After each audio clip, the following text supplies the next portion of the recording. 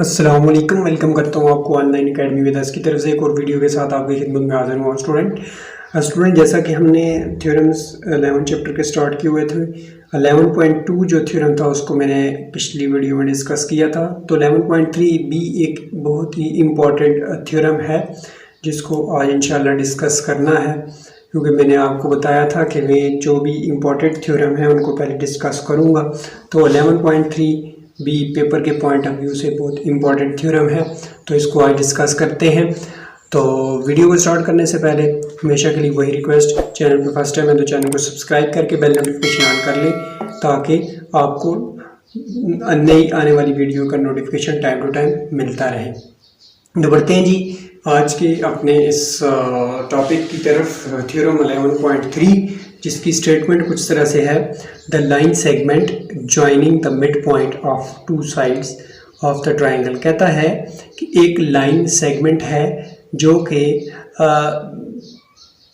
एक ट्राइंगल के दो जो मिड पॉइंट्स हैं उनको ज्वाइन करने से हमारे पास एक लाइन सेगमेंट आ जाती है।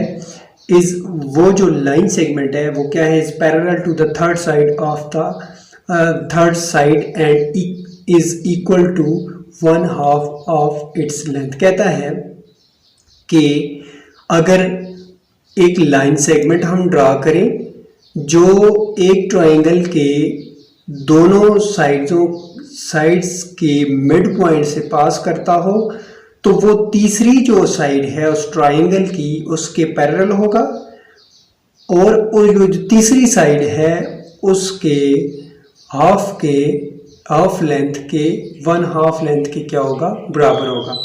तो देखें स्टेटमेंट से समझ आ जाती है कि एक लाइन सेगमेंट, ये वाला लाइन सेगमेंट हो गया। ये देखें हमने सबसे पहले आपने स्टूडेंट क्या करना है कि एक ट्राइंगल ड्रॉ करनी है जी। ट्राइंगल उसने यहाँ पे रिस्ट्रिक्शन नहीं है कि कौन सी किस तरह की ट्राइंगल हो, आपने एक जस्ट ट्राइंगल ड्रॉ कर लेनी है और उसकी जो दो साइड्स हैं, कोई सी दो साइड ले सकते हैं आप, ज़रूरी नहीं है कि ये दोनों साइड लें, आप ये दोनों साइड भी ले सकते हैं। तो कहता है कि उस दो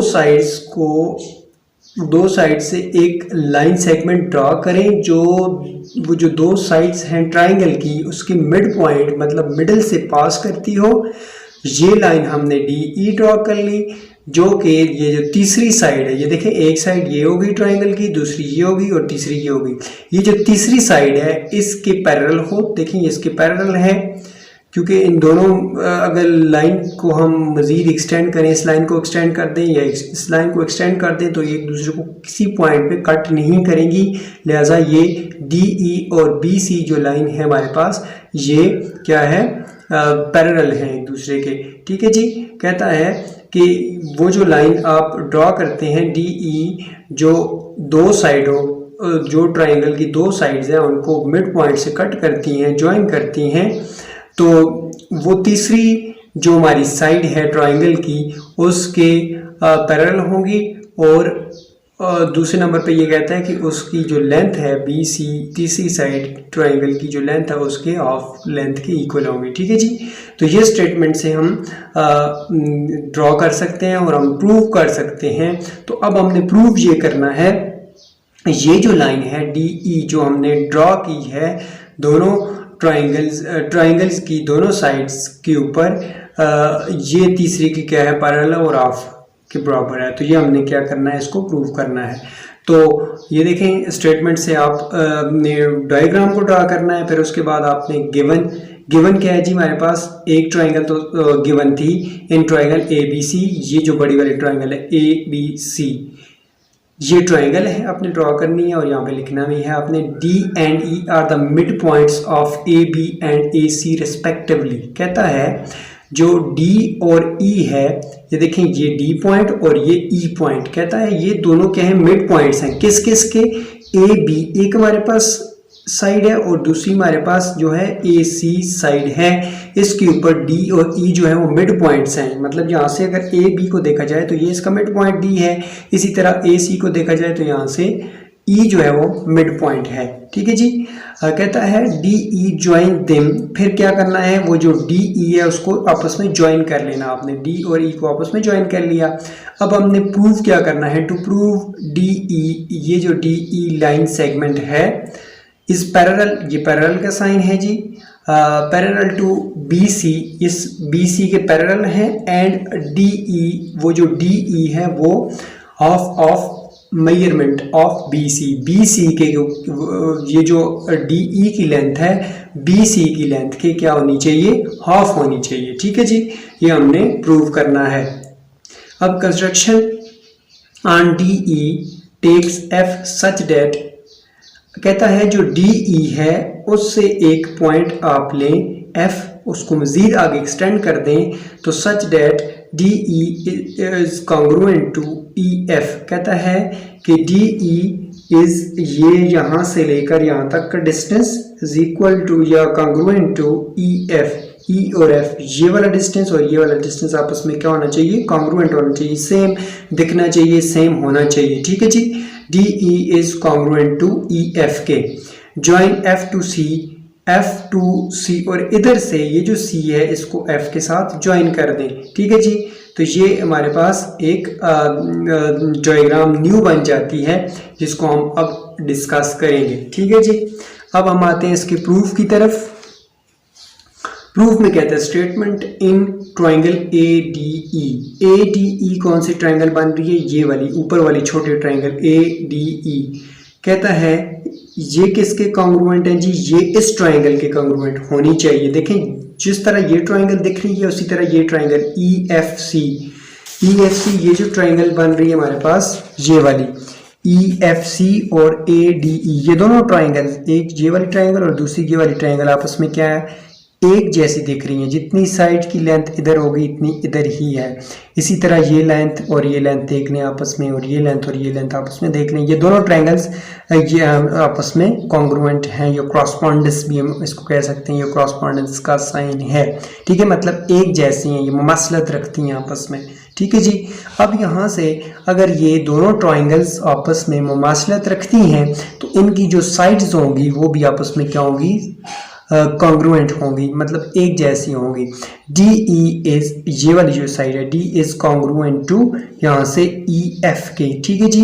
ये देखें ये और ये यहाँ से आप देख के भी आप लिख सकते हैं कि D E is congruent to E F के, और ये कंस्ट्रक्शन इसकी रीज़न है, यहाँ से देख सकते हैं आप। तो इसी तरह ए ई, अगर ए ई को देखें तो यहाँ से ई सी आपस में देखें ये वाली लेंथ और ये वाली लेंथ आपस में क्या है, कॉन्ग्रुएंट हैं, ये हमें गिवन है जी। इसके बाद angle of one is congruent to angle of two, angle of one is equal to congruent to angle of two, मतलब यहाँ पे अगर 35 का एंगल बनता है तो जाहिर बात है इधर भी 35 का एंगल बनेगा, तो ये भी आपस में कॉन्ग्रुएंट हुए। तो इसके जो रीज़न है वो क्या है, वर्टिकल्स एंगल्स आपस में क्या होते हैं, कॉन्ग्रुएंट होते हैं। जब हमारे पास एंगल्स भी कॉन्ग्रुएंट आ रहे हैं, साइड्स भी कॉन्ग्रुएंट आ रही हैं, तो इस तरह जो बनने वाली जो हमारे पास ट्राइंगल होंगी वो भी क्या होंगी, कॉन्ग्रुएंट होगी। आप देखें जो ट्राइंगल बन रही है हमारे पास, ट्राइंगल ए डी ई, ये वाली triangle is congruent to C F E, ये दोनों ट्राइंगल, ये वाली ट्राइंगल और ये वाली ट्राइंगल आपस में क्या होंगी, कॉन्ग्रुएंट होंगी। तो इसकी रीज़न क्या है, sides angle sides congruent two sides angle sides. कहता है कि अगर साइड्स और एंगल्स, एक ट्रायंगल के दो साइड्स और एक एंगल और दूसरी ट्रायंगल की भी दो साइड्स और एक एंगल आपस में कॉन्ग्रुएंट हों, तो वो जो ट्रायंगल्स होती हैं वो आपस में क्या होती हैं, कॉन्ग्रुएंट होती हैं। अब जी नेक्स्ट पेज पे मूव करते हैं। हिंस कहता है but A D is congruent to B D, कहता है जो ए बी है, ए डी है वो कॉन्ग्रुएंट है किसके, बी डी के। मैं आपको एक मतलब फिर डायग्राम दिखाता हूँ। ये देखिए यहाँ से A D is congruent to B D के, बी और डी, ये देखें यहाँ से लेकर यहाँ तक का डिस्टेंस और फिर ये यहाँ से यहाँ तक का डिस्टेंस, वो कहता है कि ये सेम है। A D is congruent to B D के, यहाँ से हम इसको लिख सकते हैं hence b D is congruent to C F के, b d b D is congruent to C F के। ये देखें बी डी ये वाला डिस्टेंस और ये वाला डिस्टेंस ये आपस में क्या होना चाहिए, सेम होना चाहिए। और B D is congruent to C F या ई एफ हम कह सकते हैं। तो अब यहाँ से लिखता है जी इसकी रीज़न क्या है, ये ट्रांजिटिव प्रॉपर्टी के तहत, ठीक है। अब हम यहाँ से लिख सकते हैं जी also a B is parallel to C f. ये भी है कि a B is parallel to किसके है जी, ये a B is parallel to C F के।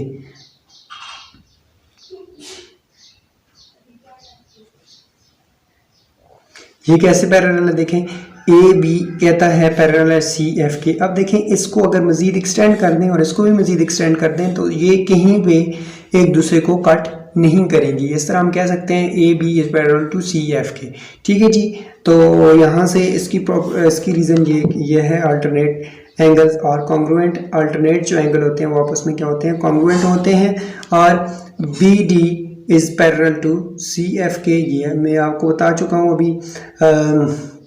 B D is parallel to C F के, ये अगेन मैं बता देता हूँ आपको। बी डी ये देखें बी और डी पैरेलल किसके हैं, सी एफ के। अगर इनको भी मज़ीद एक्सटेंड कर दें और इसको भी मज़ीद एक्सटेंड कर दें, ये भी एक दूसरे को कट नहीं करेंगे, लिहाजा ये भी पैरेलल हुए।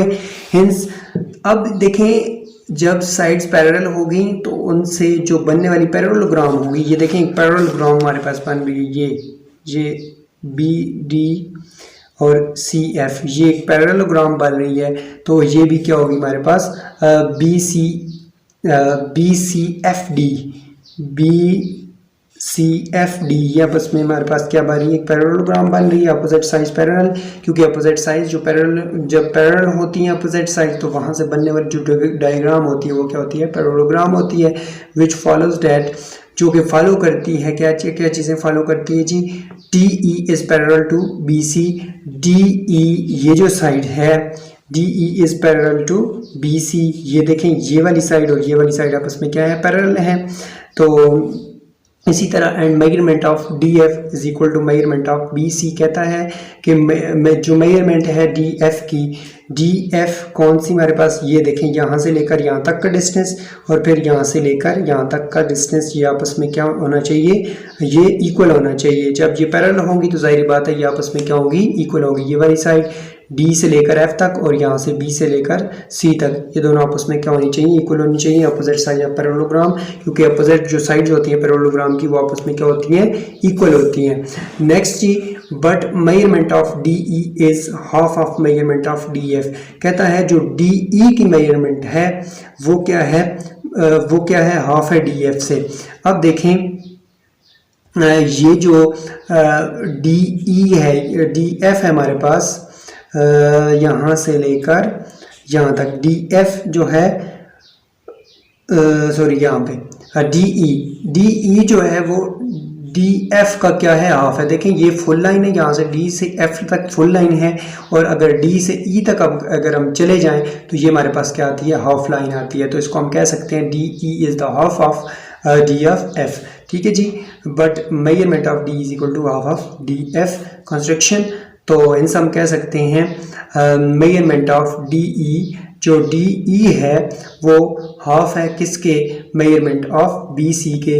बी सी क्योंकि ये हमारे पास पैरेललोग्राम बनती है, बी डी एफ सी हमारे पास एक पैरेललोग्राम बनती है। तो पैरेललोग्राम में आपको पता है कि अपोजिट साइड आपस में क्या होती हैं, इक्वल होती हैं। बी सी इक्वल है डी एफ के, बट यहाँ पे जो डी ई है वो किसका हाफ है, डी एफ का हाफ है।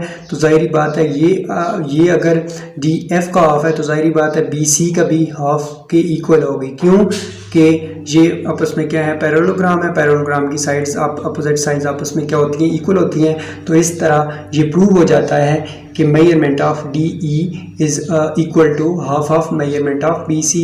हिंस इसको हम कह सकते हैं measurement of D F is equal to measurement of D C, क्योंकि इसकी रीज़न ये है कि मेजरमेंट ऑफ डी एफ जो है वो मेजरमेंट ऑफ बी सी के क्या है, इक्वल है।